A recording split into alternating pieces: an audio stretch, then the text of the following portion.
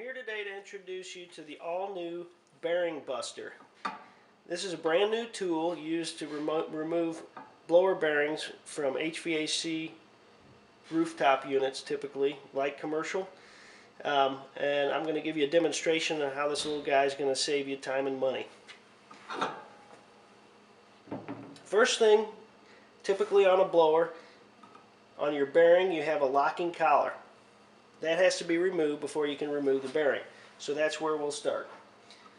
Usually you have a Allen key to loosen on the locking collar. So we're going to loosen that up. And usually about a quarter turn from the Allen key is a hole that you could use to jar the thing loose, because it actually goes on there, turns, and locks onto the bearing itself. So I'm going to put a screwdriver in this little hole here. We're going to take a hammer. We're going to knock that loose, pull that right off. Now I've already removed my driven pulley off of this shaft. And now I'm going to shine this shaft up. We're going to start by doing a little bit of prep work. Got to sand in front of the bearing real good, especially directly in front of the bearing where it needs to break free. You want to get the shaft good and shiny.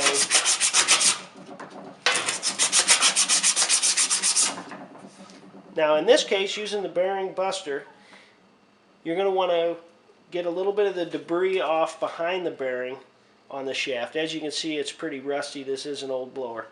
So I'm just going to make sure I got some of the rust and debris off of the shaft behind the bearing, as that's where the tool sits when you use it.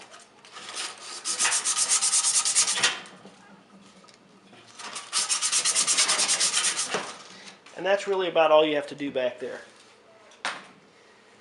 Now that I have the rust and debris off the shaft, I'm going to lubricate in front of and behind the bearing on the shaft,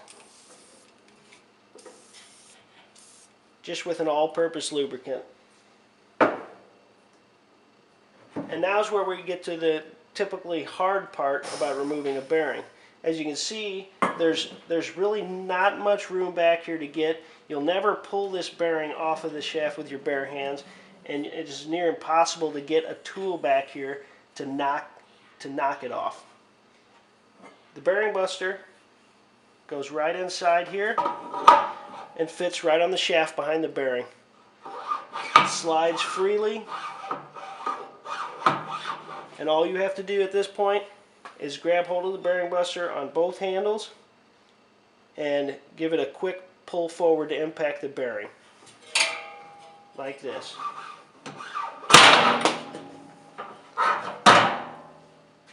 The bearing is not only knocked off of its seat, but it's knocked onto the floor.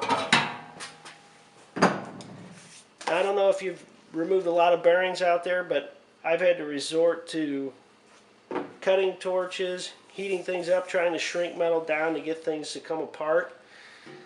Ever since the Bearing Buster, I've not had to do that, not once. Only thing left to do here is to take the new bearing, put it in place,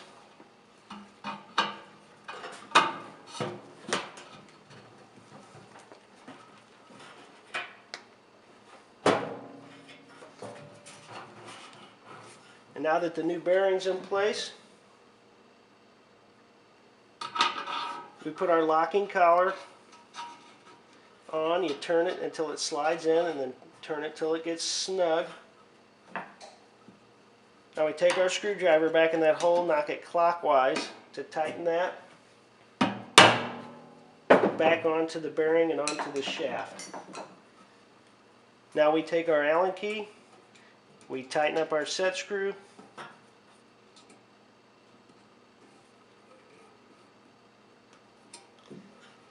and we are done. We have a brand new bearing in this 20-plus-year-old blower assembly in probably about 5 minutes. The Bearing Buster, again, here it is. Comes in 3 different sizes. It comes in 3/4 inch, 1 inch, and 1 1/4 inch, which is typically what you're going to run into in light commercial work. This thing's going to save you money, it's going to save you time, and this is something you have to have on your truck. So get yours today, and you won't cringe every time you have to go put in a new bearing. Trust me, this thing's got to be on your truck.